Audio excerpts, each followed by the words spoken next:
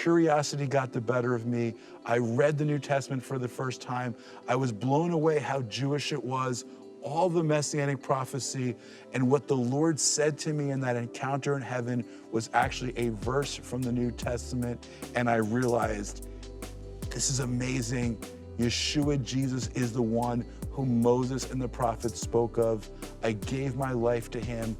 I was instantaneously transformed, and God began to do just an incredible work of renewal in my life.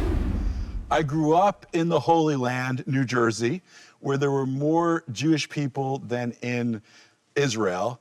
And at the age of 13, I had my bar mitzvah. I became a son of the commandments. Being Jewish was really important. I lost most of my family during the Holocaust. But I began working in this large recording studio in New York City, pursuing fame and fortune among the rap stars and the rock stars. As I looked at their lives, I said, there has to be more to life than just this. And basically, I began a spiritual journey. I began to study with my rabbi, but also studied Eastern philosophy and martial arts. I became a Jew-boo, a Jewish-Buddhist, a New Age Jew. And one day I was meditating and my soul began to vibrate. It left my body, it went into heaven, and I saw this king high and lifted up on this throne, and I knew nothing about Jesus, but I knew this king and this glorious white light was him. I felt the power of God pulsate through every cell of my body. It began to come alive in ways that I couldn't even imagine. I'd never felt anything like that, even to this day. The next thing I know, I was down in my body, shaking under the power of heaven, running around saying, I'm called to serve Jesus. My mom like, you're called to serve who? We're Jewish, for crying out loud. So in that, I still had no context for who Jesus was. I thought he was just some sort of God-man. My best friend, John, came to faith. He said, Jason, you went to Hebrew school. Do you think you could tell the difference between the Old and the New Testament?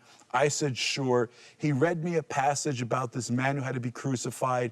He said, Jason, Old or New? I said, obviously, that's the New Testament. He read me another passage. He was bruised for our transgressions. He was crushed for our iniquity. And the chastisement that brought us peace fell upon him, and by his stripes we're healed.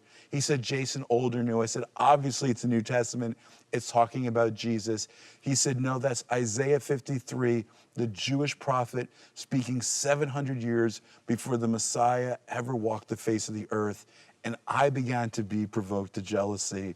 So I agreed to go with him to this Messianic congregation. At the end of the evening, they prayed. I figured I needed all the help I can get, so I prayed. They said, if you prayed this prayer for the first time, raise your hand. So I raised my hand. They said, if you raise your hand, you've just been born again. I said, I don't know what it means to be born again. I gave my mother enough trouble when I was born once. God only knows what would happen if I get born again. Jewish kids don't get born again. I thought I was safe. No one was supposed to be looking. The lights were dim. They said, this is a personal decision between you and the Lord. But I thought, okay, this is good. No one has to know. But the rabbi said, we saw you raise your hand. If you can't stand here for Jesus, you won't be able to stand for him in the world. I realized we weren't going anywhere until I stood up. So I stood up. They gave me the first New Testament I'd ever seen. And I was not sure what I had done, but I took it home. Curiosity got the better of me. I read the New Testament for the first time. I was blown away how Jewish it was, all the messianic prophecy, and what the Lord said to me in that encounter in heaven was actually a verse from the New Testament. And I realized, this is amazing.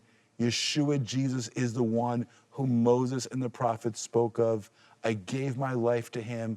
I was instantaneously transformed, and God began to do just an incredible work of renewal in my life. The rabbi that actually led me in that prayer was Rabbi Jonathan Kahn.